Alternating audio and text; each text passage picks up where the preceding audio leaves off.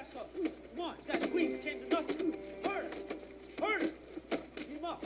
Take his stuff. Let's go. Let's go. Come on, come on, come on. Let's go. Let's go. Let's go.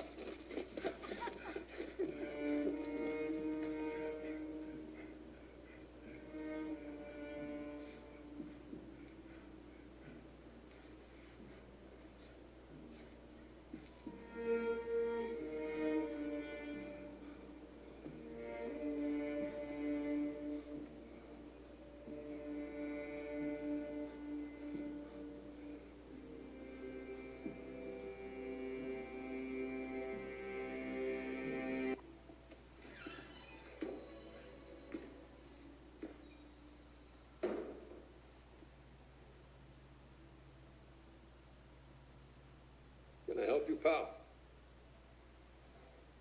I don't know what to say. Do you want an autograph or something? No.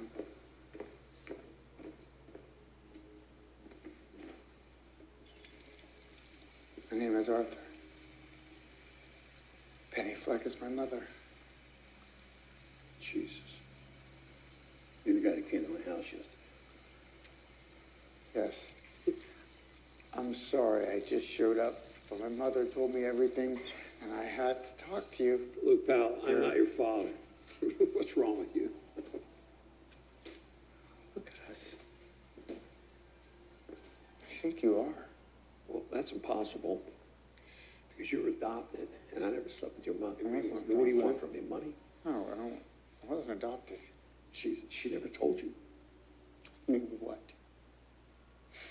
Your mother adopted you while she was working for us. That's not true. Why are you saying that? And she was arrested and committed to Arkham State Hospital when you were just a little boy. Why are you saying this? I don't need you to tell me lies. I know it seems strange. I don't mean to make you uncomfortable. I don't know why everyone is so rude. I don't know why you are. I don't want anything from you. Maybe a little bit of warmth. Maybe a hug, Dad. How about just a little bit of fucking decency? What is it with you people? You say that stuff of my mother? She's crazy.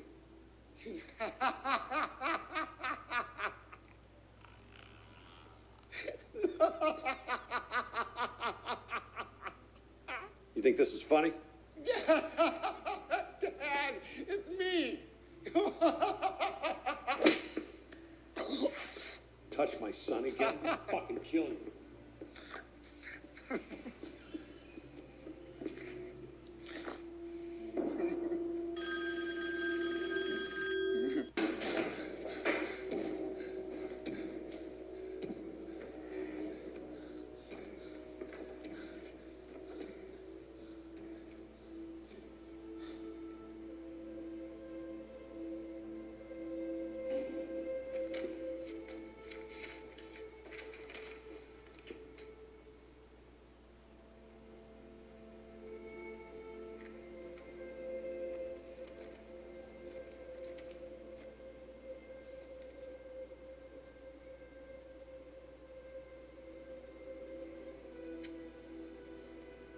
We went over this, Penny. You adopted him. We have all the paperwork right here. That's not true. Thomas had that all made up. So it stayed our secret.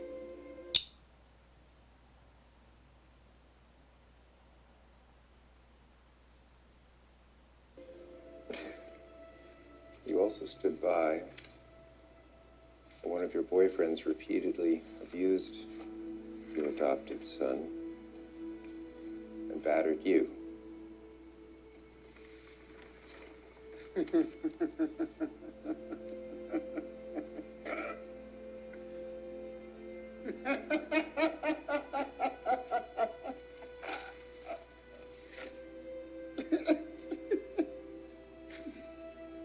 Penny, your son was found tied to a radiator in your filthy apartment, malnourished with multiple bruises across his body and severe trauma to his head.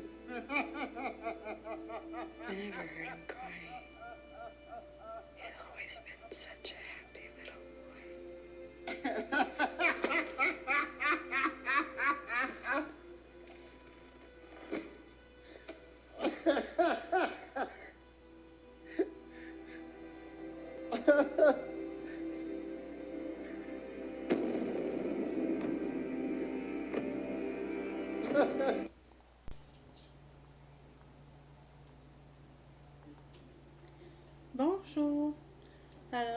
je veux partager quelque chose d'important concernant le film Joker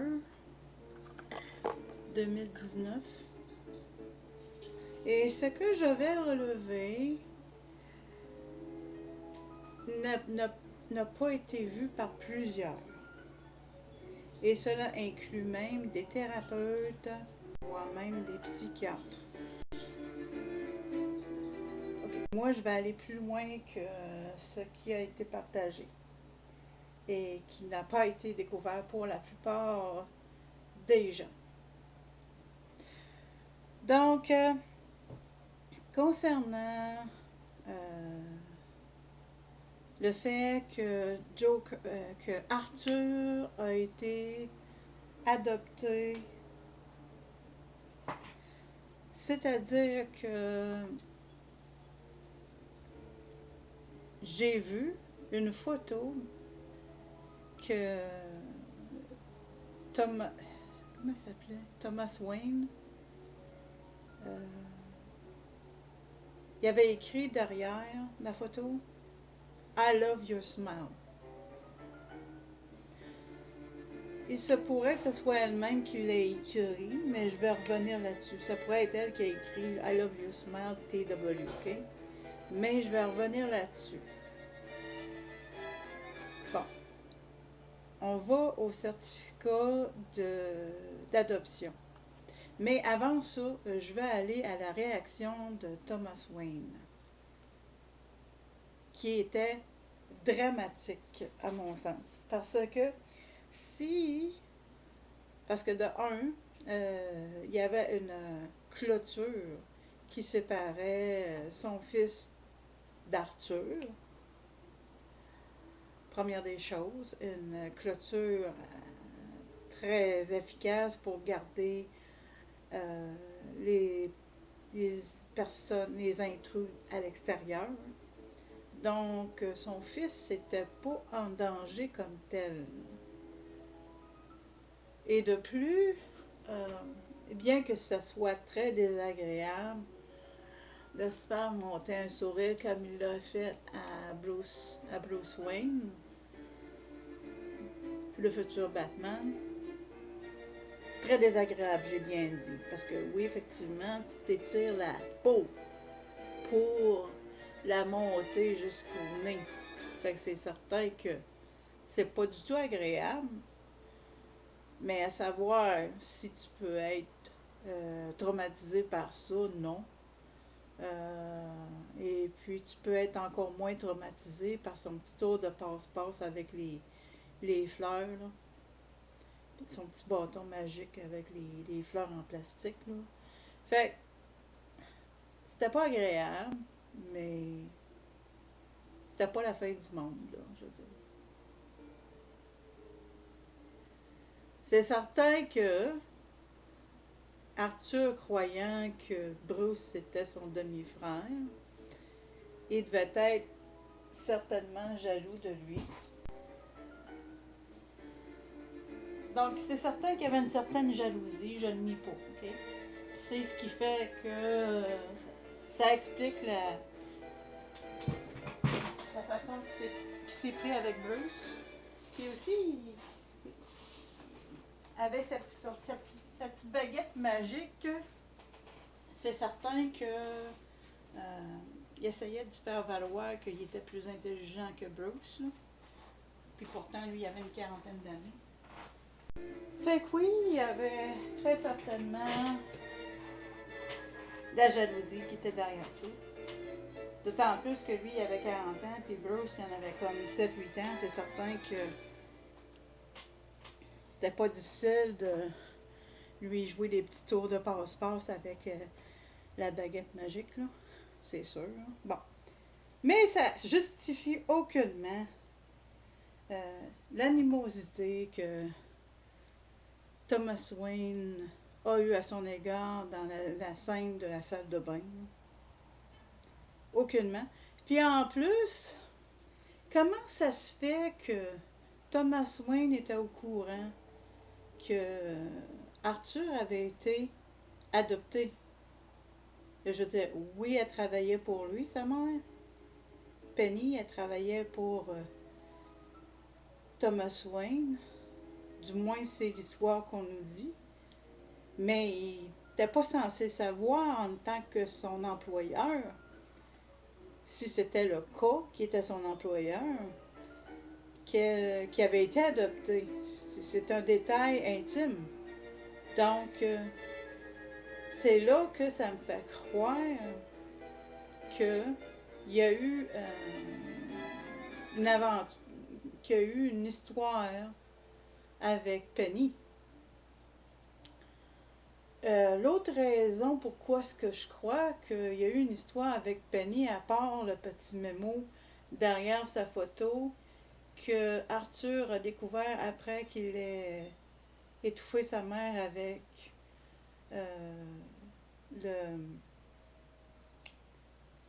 l'oreiller, c'est qu'en fin de compte, parce que je disais précédemment que ça aurait pu être elle-même qui, tu sais, on l'a dit qu'elle a des délires. On disait sur elle qu'elle avait des délires, donc l'hypothèse pouvait être qu'elle a écrit I Love You Smile TW derrière sa propre photo.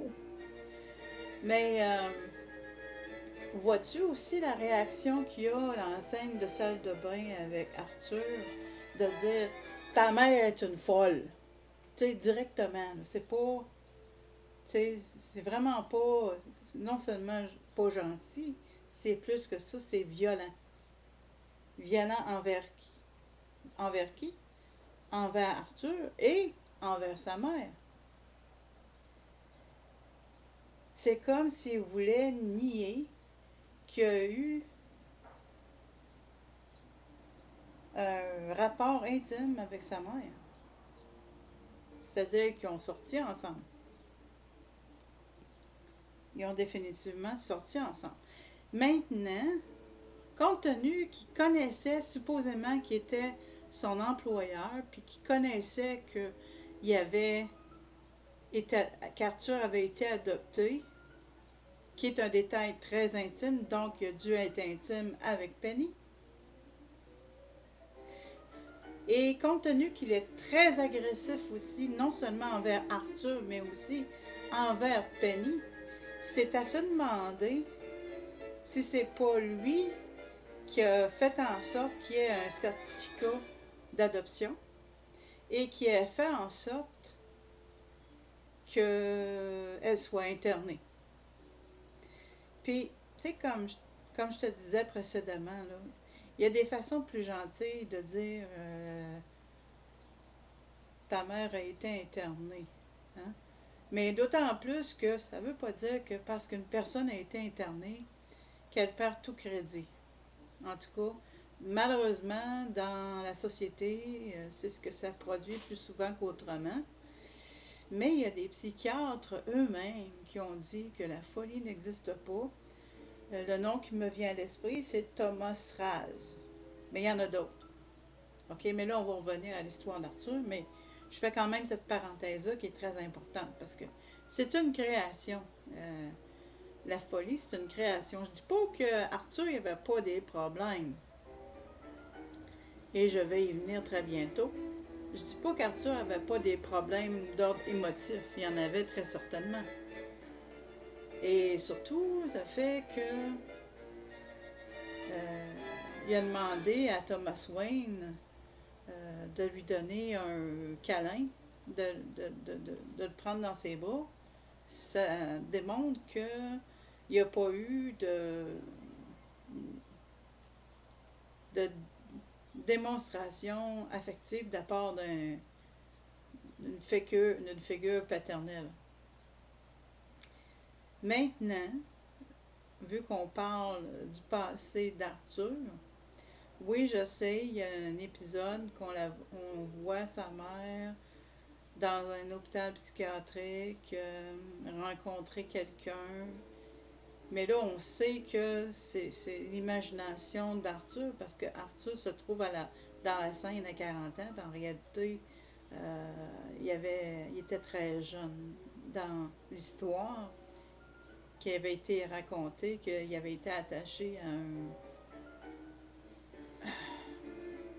Il avait été malmené par le chum de sa mère, puis il avait été malmené supposément par sa mère aussi. Mais l'instigateur, c'était son chum. Est-ce que son chum, qu'on faisait référence ici, était Thomas Wayne? C'est une question à se poser. Ou si c'était un autre chum. Ça aurait pu être Thomas Wayne. Je sais pas. Il a l'air vraiment... dans ce film-là, Thomas Wayne a l'air du psychopathe habit-cravate, là. Du psychopathe qui fait partie de l'élite et qui veut devenir politicien. C'est ça qu'il a de l'air. C'est très facile à voir la façon qu'il a réagi envers Arthur avec zéro compassion. Et il aurait pu quand même être compatissant, hein, tout en lui disant, ben là, j'aime pas tellement te voir traîner près de chez moi, tu sais.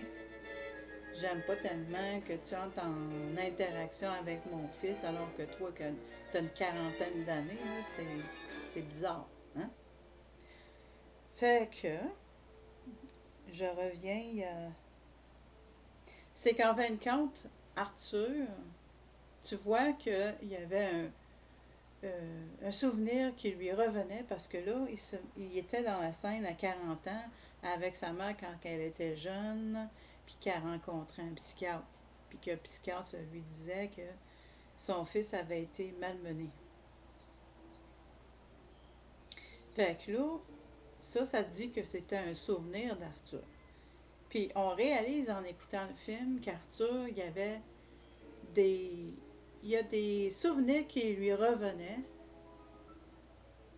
ce qui, on peut déduire, il y a certains souvenirs qui ne lui revenaient pas.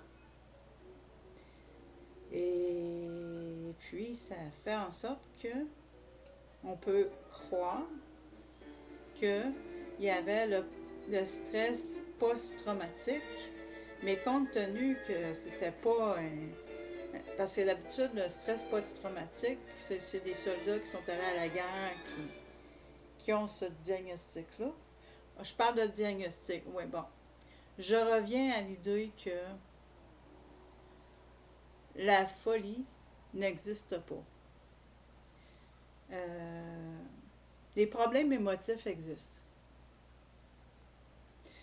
Et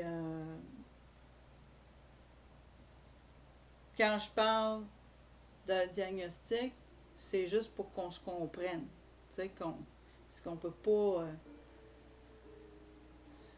tu sais, si on va trop dans la description, on va se perdre dans les détails. Fait que c'est pour ça que je fais référence au stress post-traumatique, mais encore une fois, ça c'est pour les soldats qui sont allés à la guerre. Puis dans les cas de personnes qui ont eu un parent narcissique, qui semblerait, qui est peut-être le cas, possiblement, fort probablement le cas de Penny, qui était fort probablement une narcissiste, bien, à ce moment-là, on parle de stress post-traumatique compliqué. C'est fort probablement l'état d'Arthur, la meilleure description qu'on peut faire de ses sentiments, puis du fait qu'il était très mal adapté à la société, parce que sa mère l'avait empêché de grandir, empêché d'exprimer ses émotions, soit de colère ou soit de le voir pleurer. Ça a été camouflé en lui disant, bien, tu es une personne souriante, t'es une personne qui apporte de la joie et qui a toujours un sourire au visage. Fait que ça il a été monté comme ça. Et puis, qu'est-ce que je voulais dire aussi? Une autre preuve que il y avait le stress post-traumatique compliqué, c'est qu'en fin de compte, un petit peu, parce que tu te rappelles de son diagnostic là,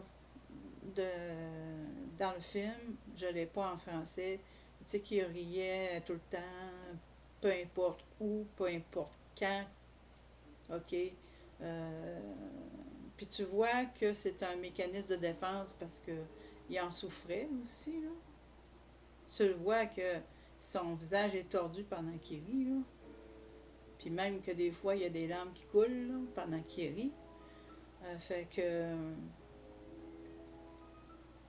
j'ai pas le nom du diagnostic en particulier, mais c'est un rire nerveux qu'il y avait. C'est un rire pour... c'est comme quand il avait ri dans la salle de bain avec... Some of my mother. She's crazy.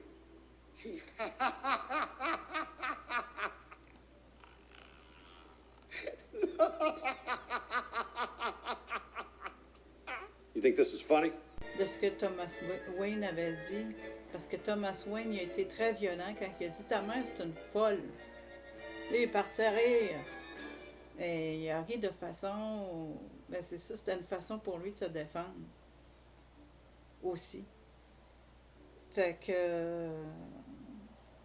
ça démontre encore là que ça a à voir... Son rire qui est déplacé, qui n'a aucun rapport, a à voir avec son stress post-traumatique compliqué. Ça fait plein de bon sens. Je crois que j'ai couvert ce que je voulais couvrir pour le moment, en te remerciant de ton écoute. S'il y a de quoi que j'aimerais élaborer, je reviendrai en faisant une autre vidéo. Merci.